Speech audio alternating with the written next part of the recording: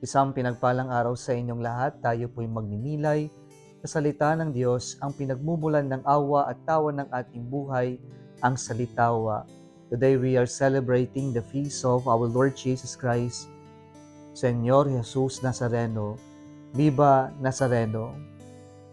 Marami pong mga deboto ang magtitipon-tipon sa araw na ito upang ipahayag ang kanilang debosyon, ang kanilang pananampalataya sa ating Poong Nazareno.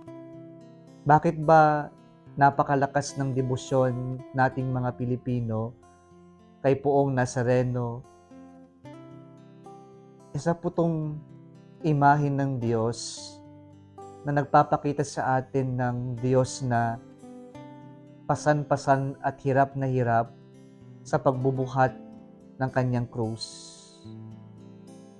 Alam natin mga kapatid, lahat tayo may problema, lahat tayo ay may pinapasan, binubuhat na krus sa buhay natin. Kaya po ang imahe ng ating Panginoon na may pasan ng krus ay pagpapaalala sa atin na hindi tayo nag-iisa sa lahat ng pasanin natin sa buhay.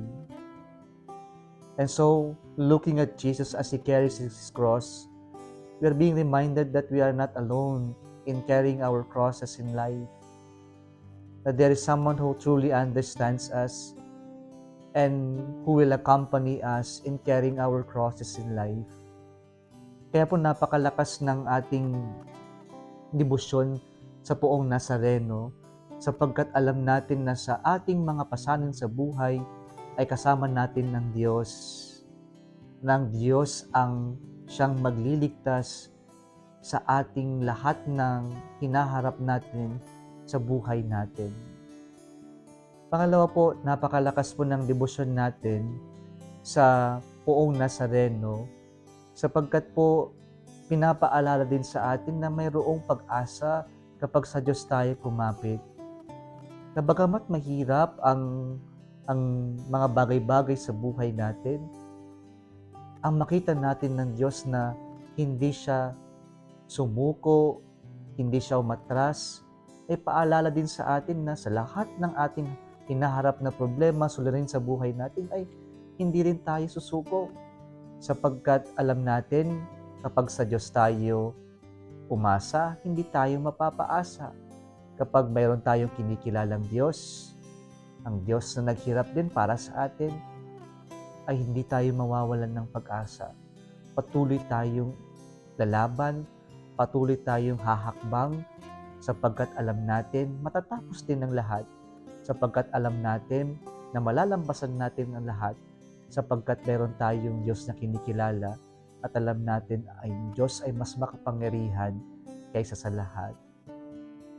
Panghuli mga kapatid, ang debosyon natin sa Poong Nazareno ay pagpapaalala din sa atin na kapiling natin ng Diyos, that God is truly with us. Na ang Diyos ay ating kasakasama at alam natin na ang Diyos natin ay hindi tayo iiwan, hindi tayo bibitawan.